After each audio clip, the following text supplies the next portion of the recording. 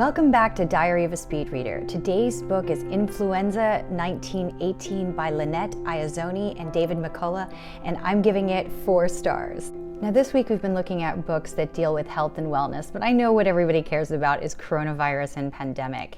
1918 was actually the first coronavirus on record, interestingly enough, and this is the story of that particular influenza, which at the time we didn't even know what a virus really was. Authors are writing in the wake of the outbreak that happened in 1997 in Hong Kong, and actually a lot of the information in the book is highly relevant for understanding coronavirus in general, more than just what you're getting in press.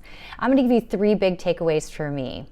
First, it would mean a lot to me if you would subscribe to my YouTube station. If you're seeing this on Instagram, just go up to my bio, click on the link, and it'll take you to my YouTube. If you're on YouTube, hit subscribe. If you're on Facebook, click through and hit subscribe on the YouTube station. It would mean a lot to me. Now let's get into the 3 reasons that this book might be relevant if you're concerned about today's issues.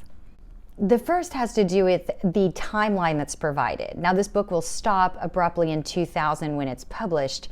That said, in 1918, it was later discovered that that virus was probably one of the first coronaviruses on record that we can actually get some information on. So it goes like this on the timeline.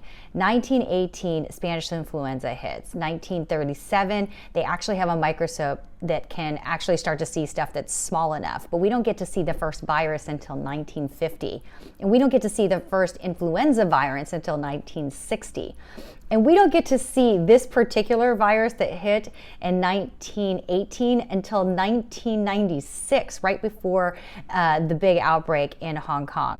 Now, the reason that we were able to get those samples of Spanish influenza is because there were tissue samples on record in the National Tissue Repository, which holds a lot of the troops' tissue samples all the way back to the Civil War. It's actually kind of a crazy thing that the U.S. has.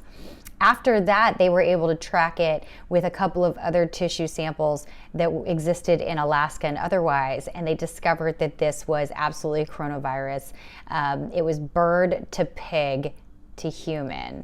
And so that's kind of what coronavirus is. It has to have usually 3 animals, with one exception, and that is what happened in Asia, where you had chicken flu, and that actually was the first coronavirus that went directly from bird to human. Now the second thing has to do with the idea that there are kind of 2 categories or strains that the WHO watches, and especially within coronavirus. And basically, as soon as you get kind of a new receptor thing going on, you call the WHO and they absolutely register it.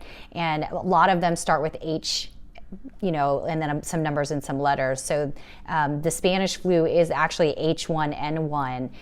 In 99, that was H5N1.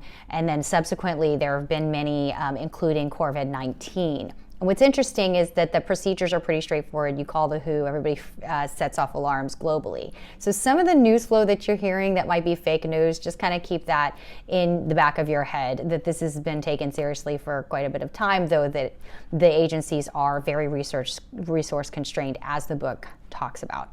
Now, the last thing has to do with some insight into the field of virology. Now, I really don't know very much about medicine, and so other than in pandemic time, I'm not sure what researchers are doing.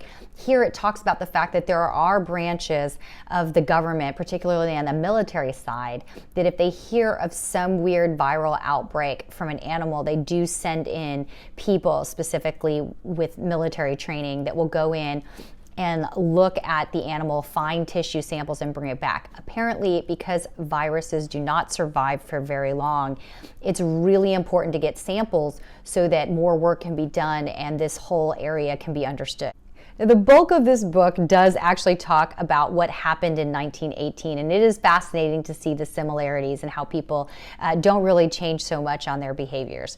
That said, I think at the end of this book, you do get the sense that there is just so much more that we need to know as a society, both on how to handle these situations as well as what types of research is still possible. So if you're young and you're watching this and you're trying to figure out what opportunities still exist where I can make a big impact, I think that virology in this area of biology is still an area that has lots of contributions to be made. Speed reading stats, this book was 149 pages. It took me 39 minutes to read. If you'd like to learn more about speed reading, comments below. Thank you for liking, sharing, commenting, or otherwise supporting my efforts. I really appreciate it. And I will see you tomorrow. Stay healthy.